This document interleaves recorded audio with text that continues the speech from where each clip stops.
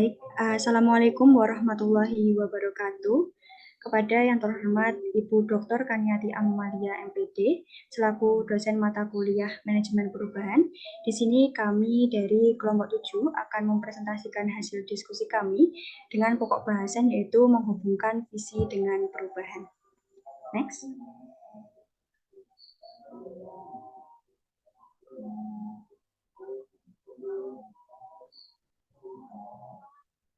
Baik, untuk anggota kelompok kami ada 3, yaitu yang pertama Winnie Ronaulik dengan NIM 060, lalu saya sendiri dari Yati Dewi Nurnadila NIM 074, dan yang terakhir ada Faisal NIM 076.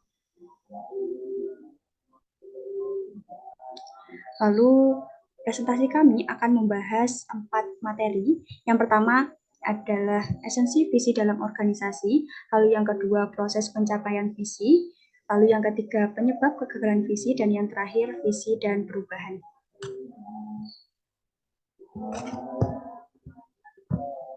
Untuk materi yang pertama yaitu esensi visi dalam organisasi, di mana kata visi sendiri berasal dari kata vision yang artinya penglihatan.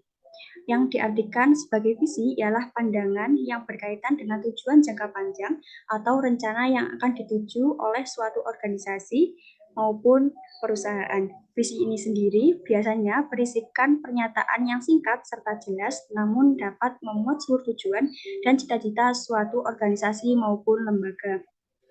Next.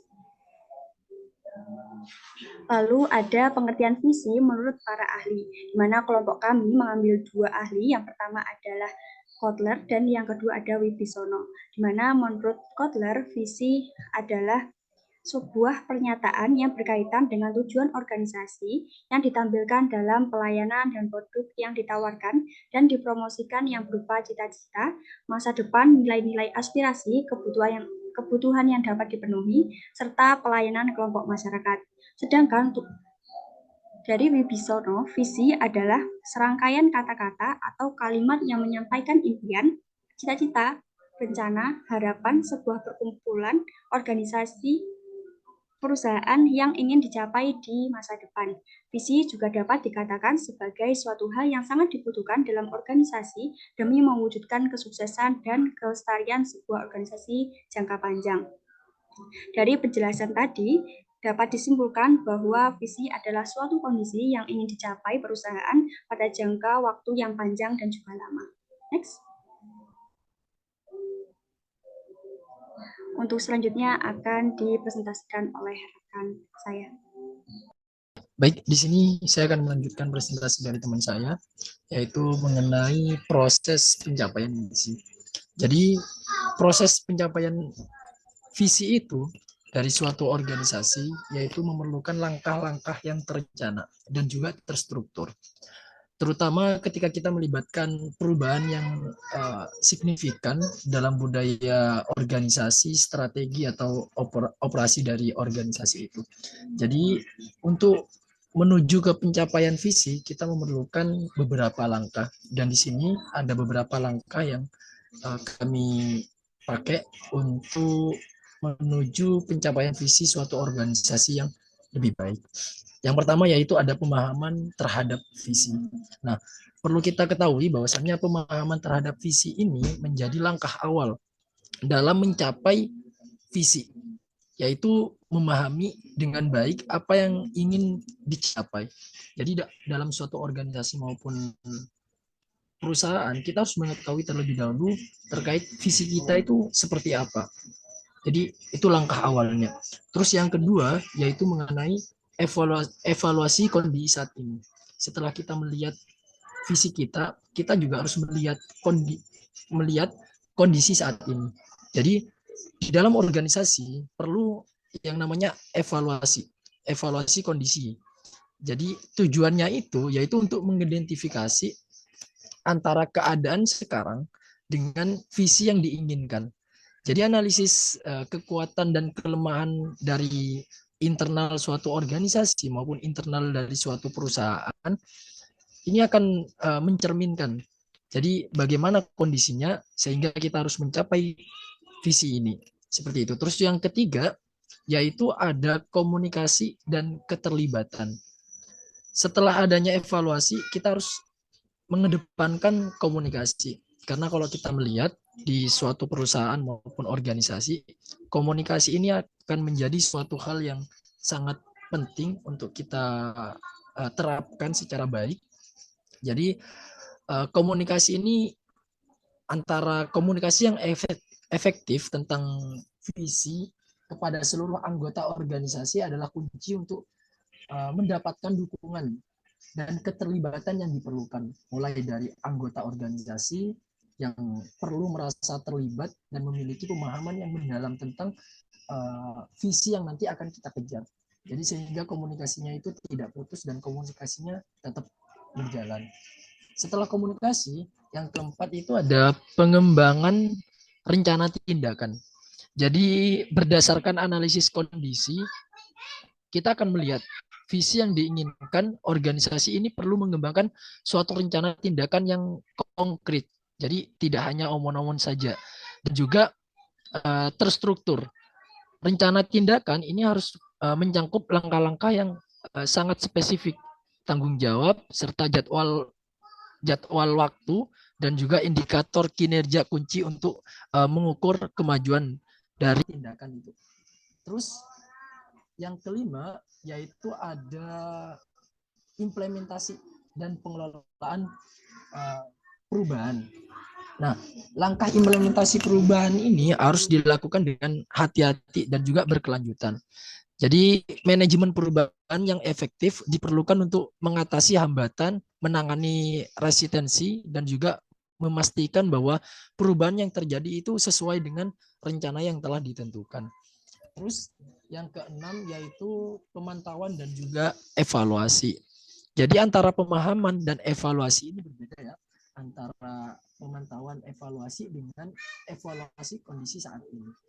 Jadi untuk pemantauan evaluasi ini yaitu dilakukan secara terus-menerus terhadap kemajuan pencapaian visi dan berskala terhadap rencana tindakan dan penyesuaian yang diperlukan. Jadi tujuannya ini yaitu untuk membantu suatu organisasi atau suatu perusahaan untuk tetap fokus pada pencapaian visi.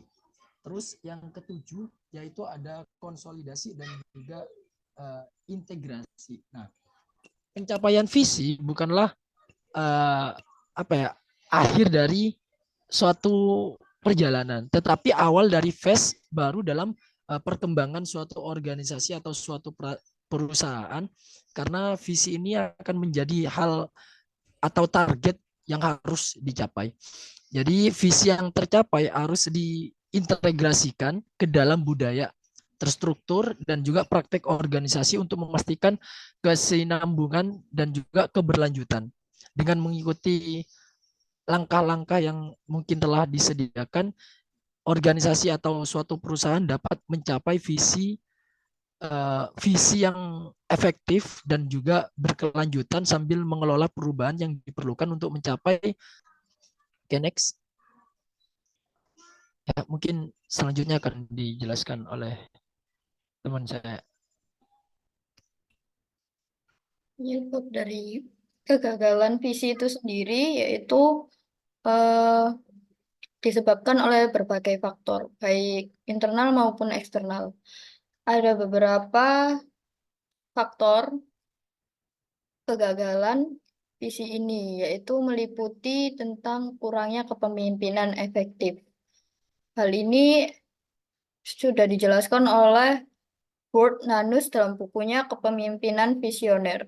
Dia menyatakan bahwa pemimpin yang efektif selalu memiliki rencana yang terstruktur, berfokus pada pencapaian, dan selalu terbuka pada visi-visi baru. Selain itu, mereka mampu mengkomunikasikan visi-visi tersebut dengan jelas kepada seluruh anggota organisasi.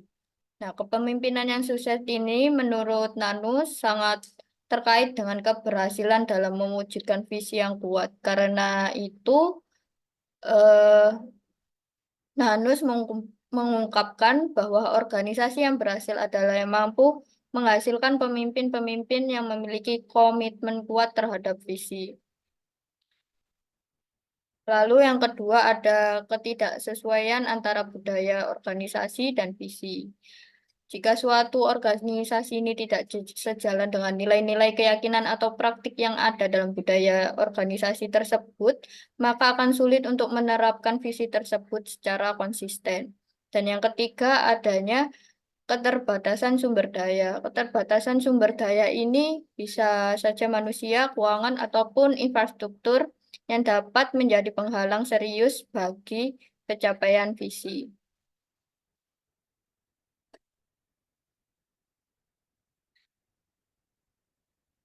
Melalui mengidentifikasi dan penanganan faktor ini, organisasi dapat meningkatkan kemungkinan keberhasilan dalam mewujudkan visi mereka. Ini melibatkan komitmen dari semua pihak, terlibat pemimpin yang efektif, komunikasi yang jelas, manajemen yang adaptif, dan budaya organisasi yang mendukung. Selanjutnya akan dijelaskan oleh rekan saya. Jelaskan terkait visi dan perubahan. Jadi visi adalah pandangan masa depan yang diinginkan oleh suatu organisasi maupun perusahaan. Ini bukan hanya tentang menggambarkan keadaan yang diharapkan di masa depan, tetapi juga tentang mengilhami dan juga memandu tindakan saat ini menuju pencapaian tujuan tersebut. Terus mungkin coba next.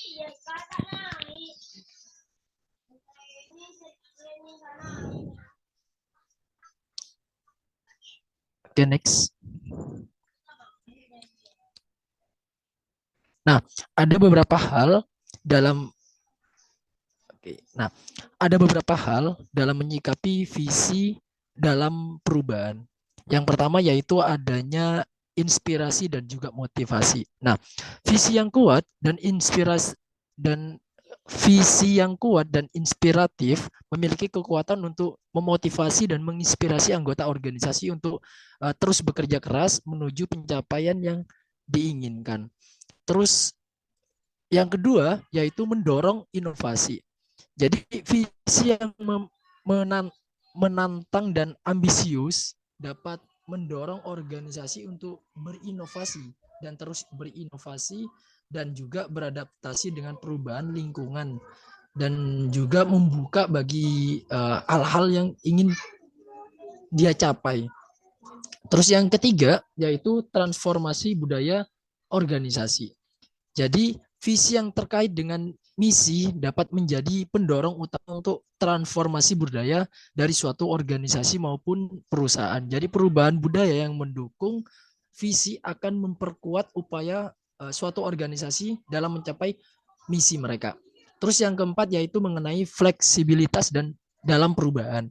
Nah, visi yang terkait dengan misi haruslah fleksibel dan dapat beradaptasi dengan perubahan lingkungan yang terus-menerus. Ini juga memungkinkan suatu organisasi maupun perusahaan untuk tetap relevan dan responsif terhadap tantangan baru yang muncul, serta menanggapi nantinya hal-hal yang tidak diinginkan. Oke, next. Ya, mungkin itu saja presentasi dari kelompok 7. Kurang lebihnya mohon